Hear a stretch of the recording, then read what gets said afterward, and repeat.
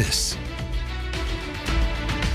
All right, welcome back to A Better Memphis. We are blessed today to welcome Dr. Donald Bearden, who is the new Chief of Psychology at the beautiful Bonheur Children's Hospital right here in Memphis. And this is a program, Dr. Bearden, we want to welcome you back. And this is the name of this program, of course, is A Better Memphis. And this is our humble little effort to celebrate our dynamic community and the constructive community building kind of people who make Memphis a great place.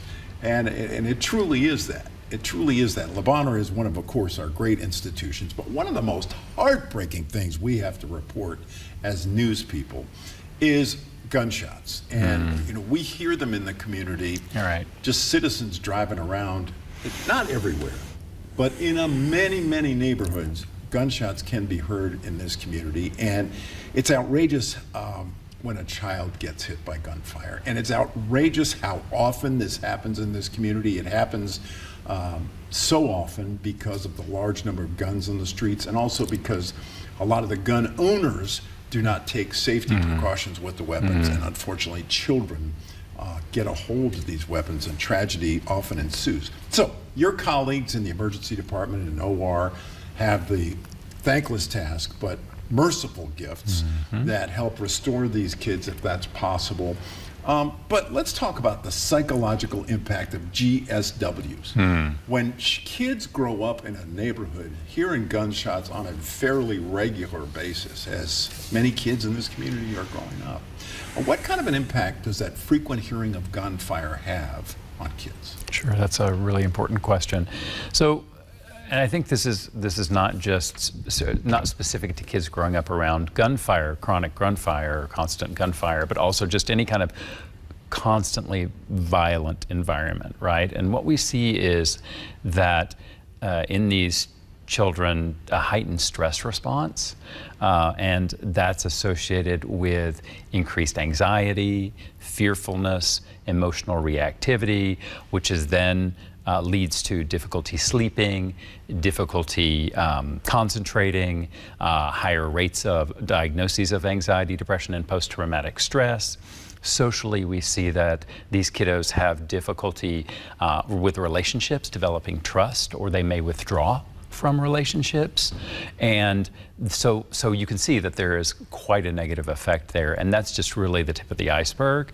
But some good news is that there are resiliency factors that contribute to buffering of these negative consequences of growing up in this type of environment. So we find that growing up with a nurturing environment, a strong, healthy family network or system, those are buffers to the full effects, negative effects of growing up in a violent environment like that. Right, and then it's so important, is it not, for children, once they are in the school system, to have obviously friends, but then a network, and then as they grow up, it's so important to be involved in extracurricular activities that are constructive and healthy. Absolutely. And sports, if that's their thing, or band, or whatever it is that, you know, whatever their passion might be. I mean, psychologically, that is a gigantic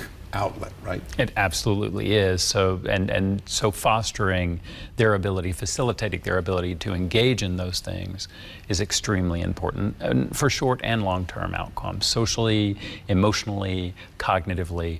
All of those things are benefit from those early positive experiences. All right. One of my colleagues wanted to ask you, will there be outpatient services for psychology at Bonheur? Yes, so funny that you should ask. My colleagues and I are currently in the process of developing partial hospitalization programs and intensive outpatient programs.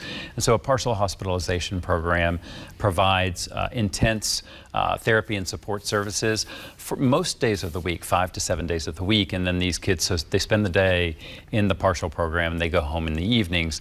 And then the intensive outpatient program is less intense in that it's fewer days, typically 3 to 5, but also provides therapy and other support services to help to improve their mental health.